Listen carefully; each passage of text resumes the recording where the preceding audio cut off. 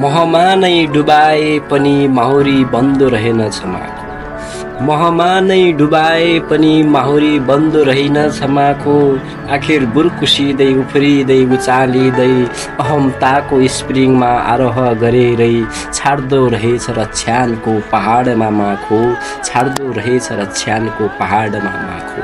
उसलाई बेकार लाग्दो रहेछ फुलको पराग, त्यसैले उसले फुल हेर्दैन र चिन्दैन र मन पराउँदैन सम्मुखका स्प्रियहरू।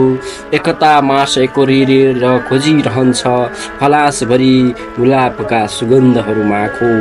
कहिले काहीँ लट्ठिएर सुगन्धको महकमा बतासिँदै चोबलिन्छ चियाका कपमा र जलेबीको चास्नीमा सास नजाउन्जेल र नगाउन्जेल अनवरत खाइरहन्छ र रमाइरहन्छ दहीका हाडहरूमा माखो।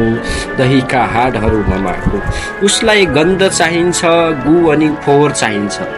उसलाई गन्ध चाहिन्छ अनि फोहोर चाहिन्छ। यस्ता विकारहरू महमा कहाँ पाइन्छ? यस्ता विकारहरू महमा कहाँ पाइन्छ? त्यसैले घर छोडेर फोहोरको भारमा जान्छ। त्यही मनोरञ्जन गर्छ र रमाउन आनन्द मान्छ। त्यही मनोरञ्जन गर्छ र रमाउन आनन्द मान्छ माखो। त्यसैले मह छोडेर त्यो फोहोर गुर नाली खोज्न जान्छ। त्यहाँ भएका फोहोर र फोहोरीहरूसँगै खेल्छ र रमाउँछ।